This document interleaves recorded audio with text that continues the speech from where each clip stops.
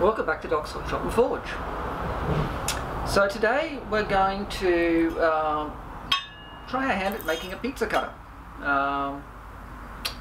It has been brought to my attention that we do not have one.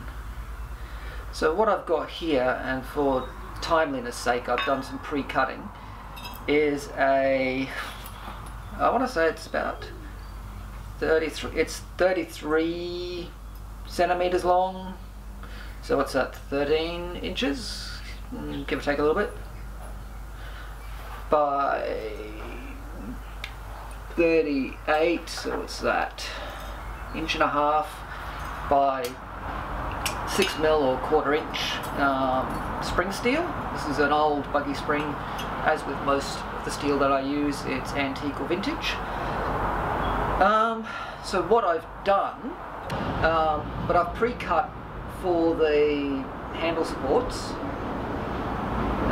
So what I'll do is, once this is straightened, I'll do a convenience bend in one of them to get it out of the way. Then I will start bending it out, but also fullering into the crux of the cut to minimize cold shutting and tearing that might occur there. At the same time, I will also fuller down and draw out the ends so that when it bends out, it looks like it's part of a hole. This is, so the actual, whilst these are 6 centimeters long, so what's that in inches? 2 1/4. Oh, incidentally, I've cut them down at about 15 millimeters, so that's 5/8. This should allow me some nice support and material for actually fixing the handle. Where was I? So it'll be fullered in a bit further so that they actually end up probably closer to 6.5 centimeters from center, so it'll be about 13 to 14 centimeters here. I'll do something decorative with the hole in the middle, and then I will draw in the bevel by hammering, which will allow me to try out the miniature dog's head that I did God knows how long ago now. Linky up here for that video.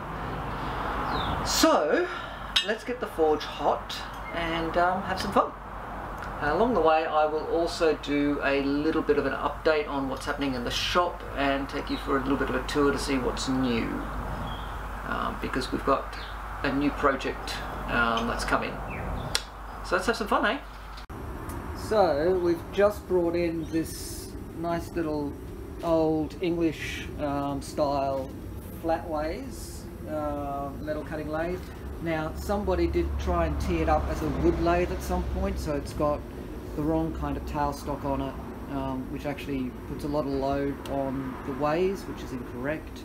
So we'll need to make up a base for that. The tailstock itself is quite good, and we can modify that to be a flatways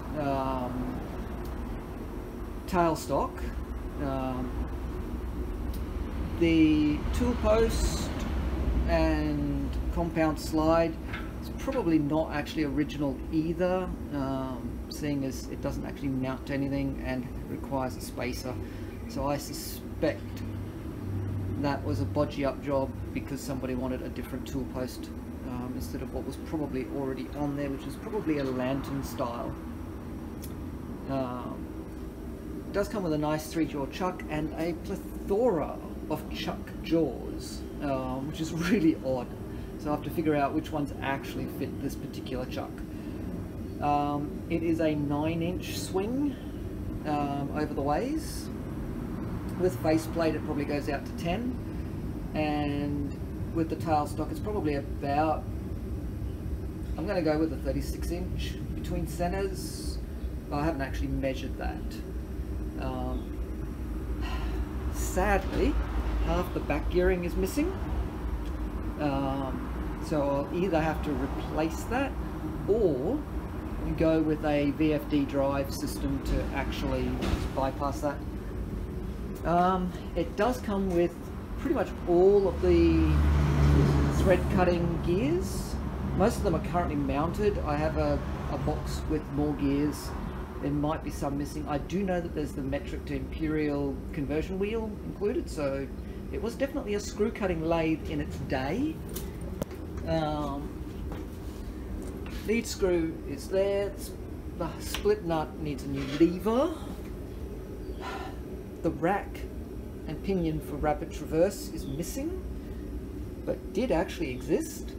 I suspect the actuation for activating the power cross feed is also gone, seeing as we're missing bits and pieces. I have found a supply for the rack and pinion, so I can replace that quite easily for very low cost. The hard part will be the new base for the tailstock, and possibly making a proper base for the compound, which will give us some degree of accuracy with angle setting. So that's a project that will take a little while. I'm assured by the previous owner that the bearings have been replaced, so that new bushings are in situ, and I can't feel any play in it.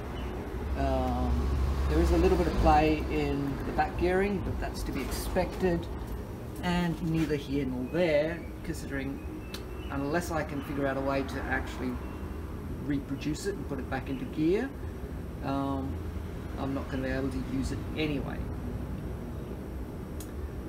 It does concern me that there are some either broken or missing bolts for the bearing caps, but we'll take that as it goes. It will be a big teardown project in the very near future, so look out for that video. Alright, the forge should be nice and hot by now, so let's get to work. Alright, let's start straightening it. That will also allow us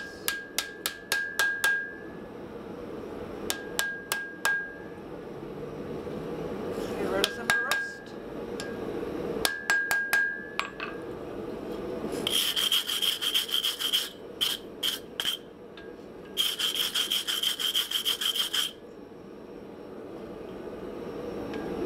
We'll have a lot of character from all of that rust. Look at that bit straight.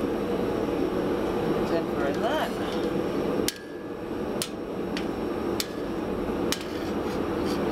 And laziness. So the one we're going to use is the one with the flat towards us, so that the tail end of the blade sticks out. And we're just going to go down a little bit so we've got a positive notch. Find our mark. There we go.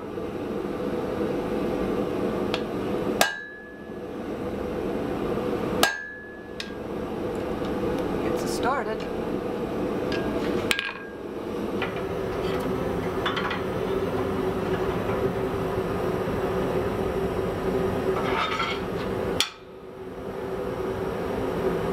I want to be right up against that.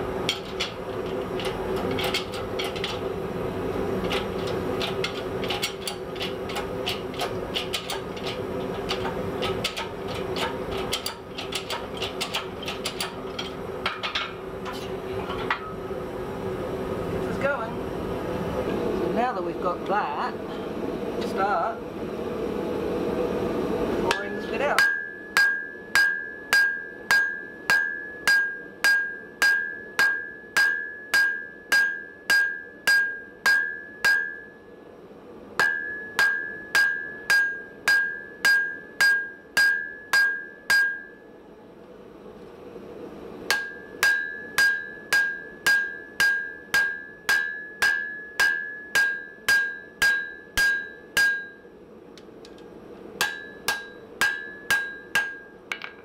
Go back to the press, pressed in a little bit more. Now that should be about the last of the press work for this end.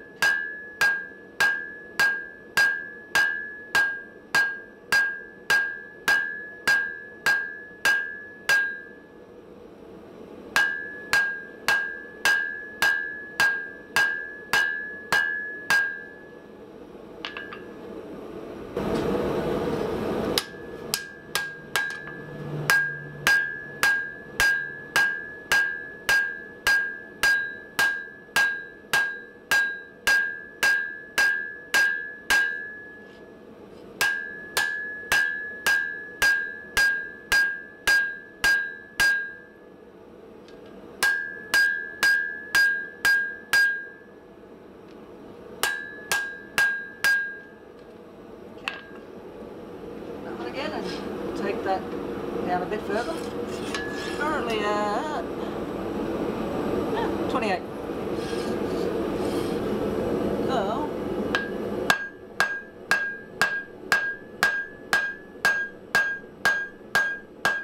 like the other one.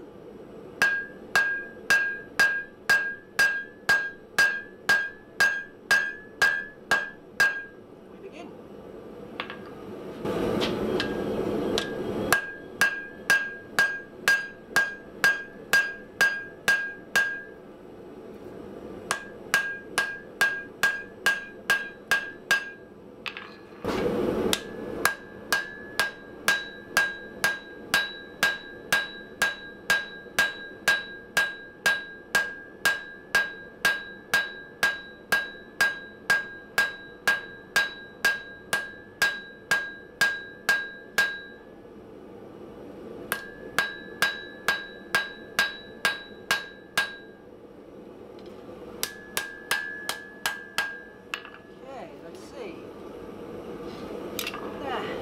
Where are we? We are at 23-ish.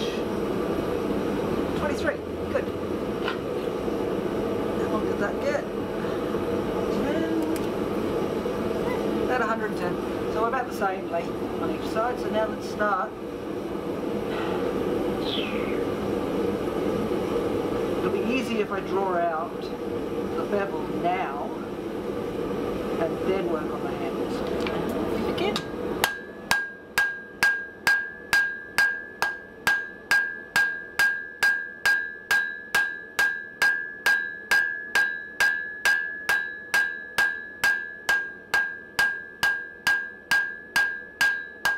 You may wonder, why did I draw it down if I'm just going to make it wide again?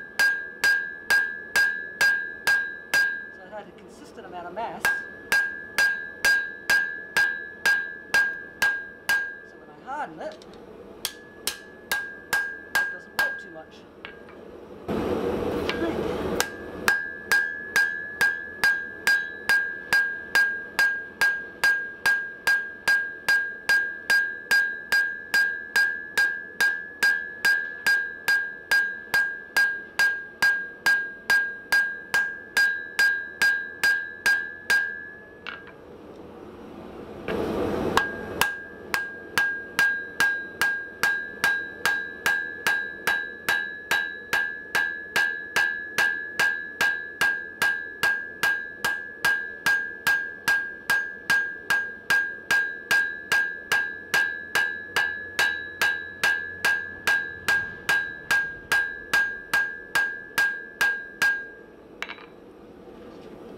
Just to see what happens.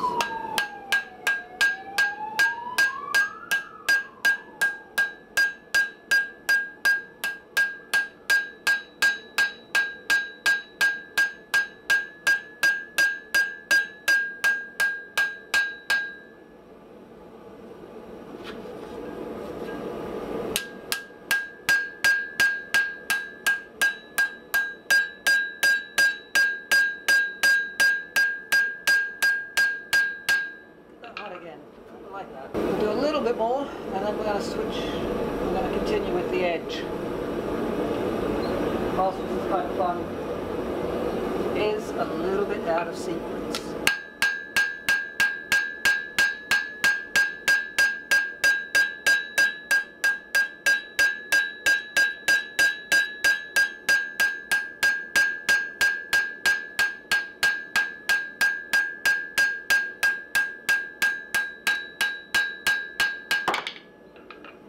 Like that. Alright, wait, let's do. Alright, so this is the last.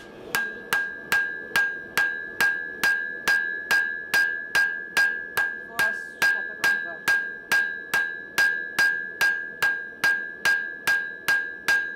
And as you can see, I'm crossing the midline.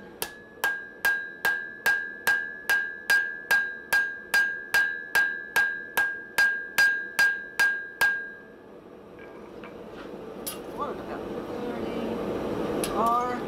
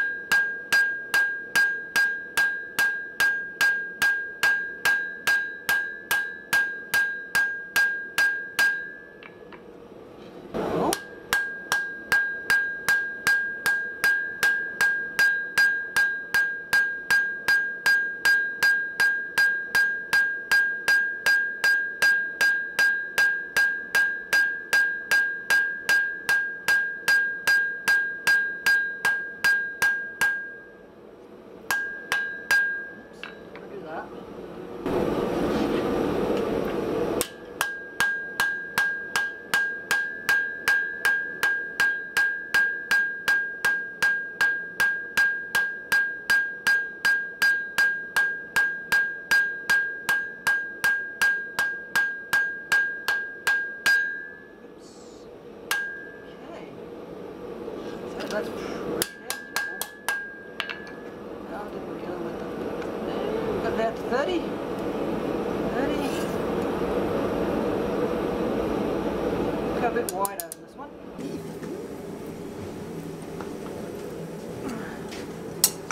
A bit from this side.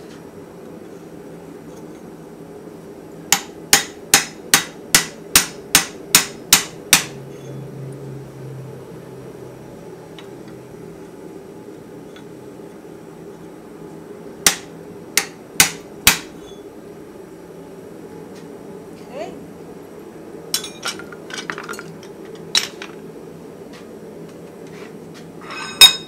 Now we can do the other end.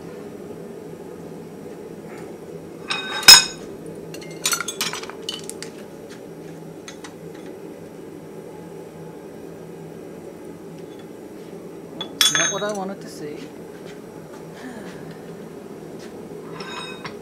Let's straighten that out a bit.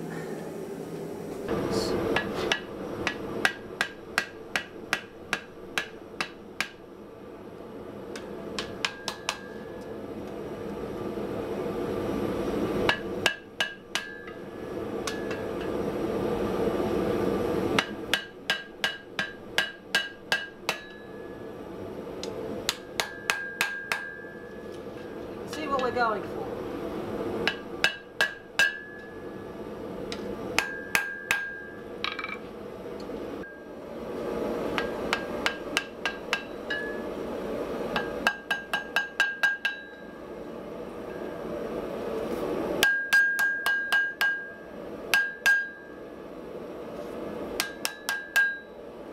So we're trying to take that little chunky bit out.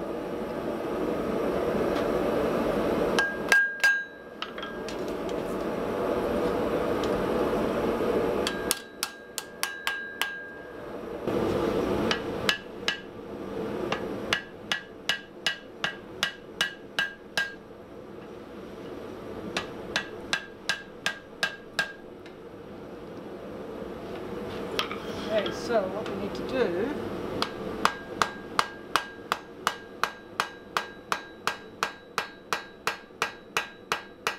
is watch that in.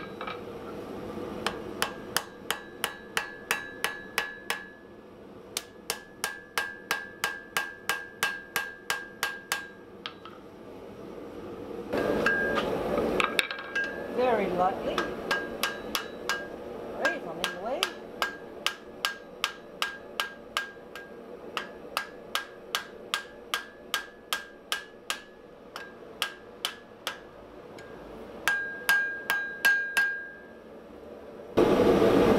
So it's time to get the curve, the sweep of the curve right, so that we can panish out all of the hammer marks. And that's normalising time whilst I have some lunch.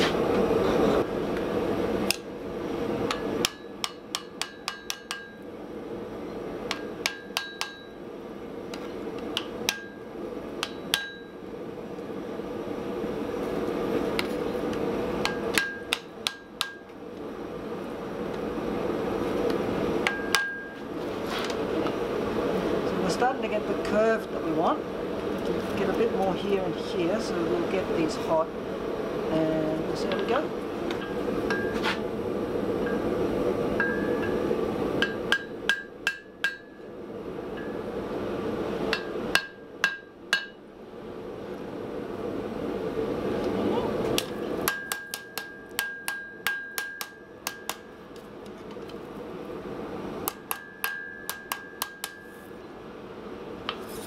Got a bit too much mass in here anyway, so what we might do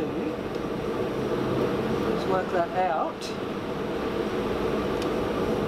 Don't have that option here, so let's turn it around.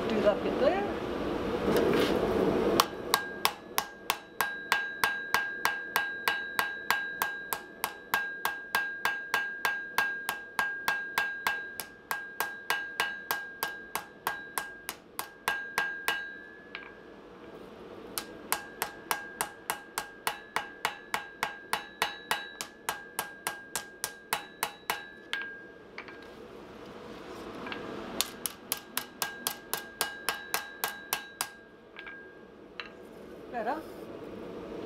Nothing a little bit of grinding won't get out. Finishing the surface. All of this crap on there.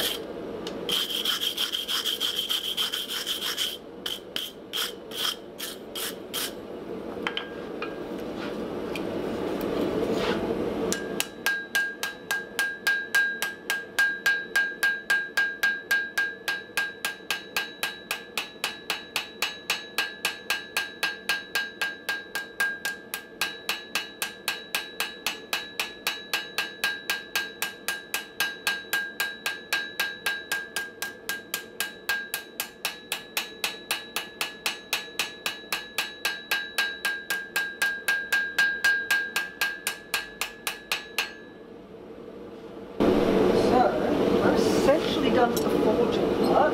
Just take a couple of little twists and warps out.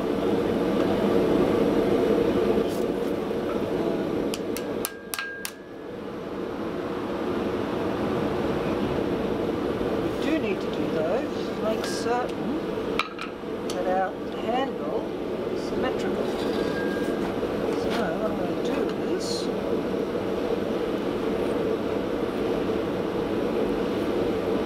one, and then I'm going to flip it over and see how well they line up. You know what? I couldn't be any more precise than that. So I'm going to get this thing uniformly hot and let it normalise. So that's it. We're going to let that normalise a little bit. And then after I've eaten some pizza, at least that's what's for lunch, I will do the grinding and heat treat. So we've reached the grinding point of the project.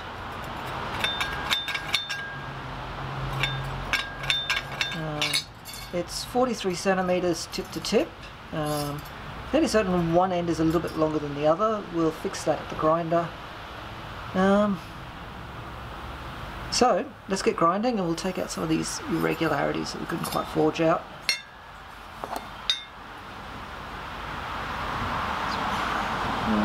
There's a tiny bit of warpage to it still, but we'll get that out. So we'll grind it and then we'll get it hot, flatten it out a little bit, and see how we go heat treating it.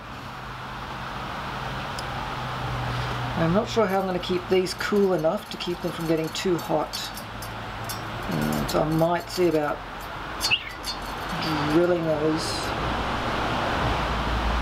before we heat treat to fit the handle, and then we'll make the handle fit those.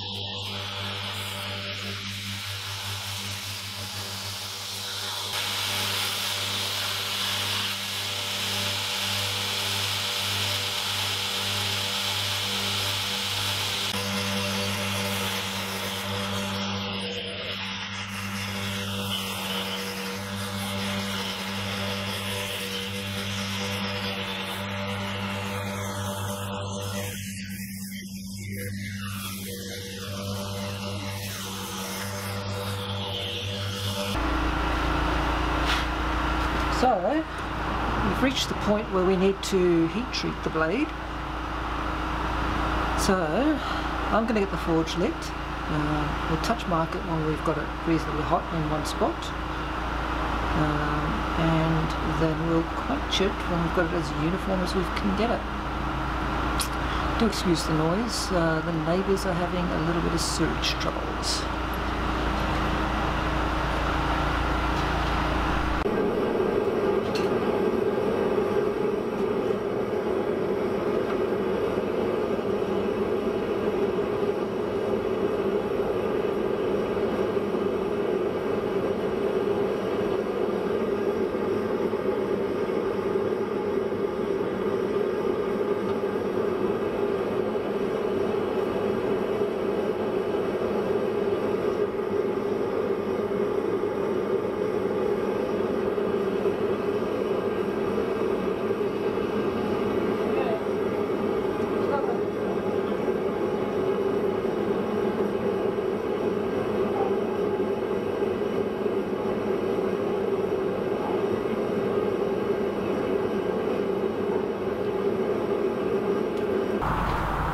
So now we have to do some fancy heat treatment.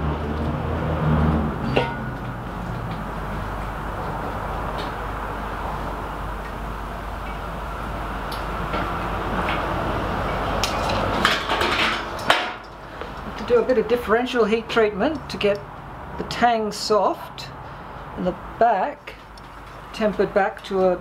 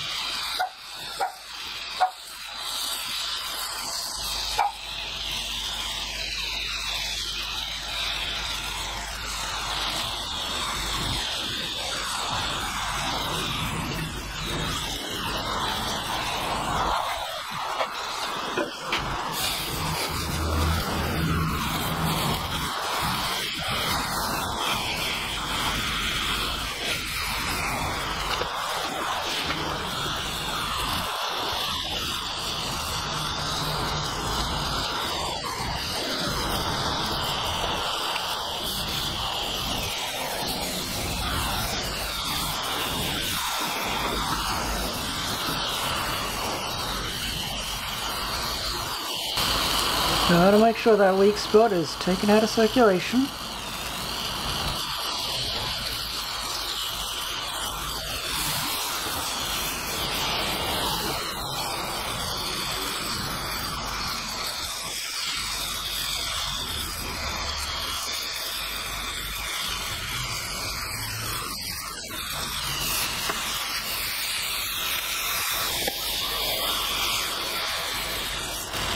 Now, do I recommend doing it this way? No.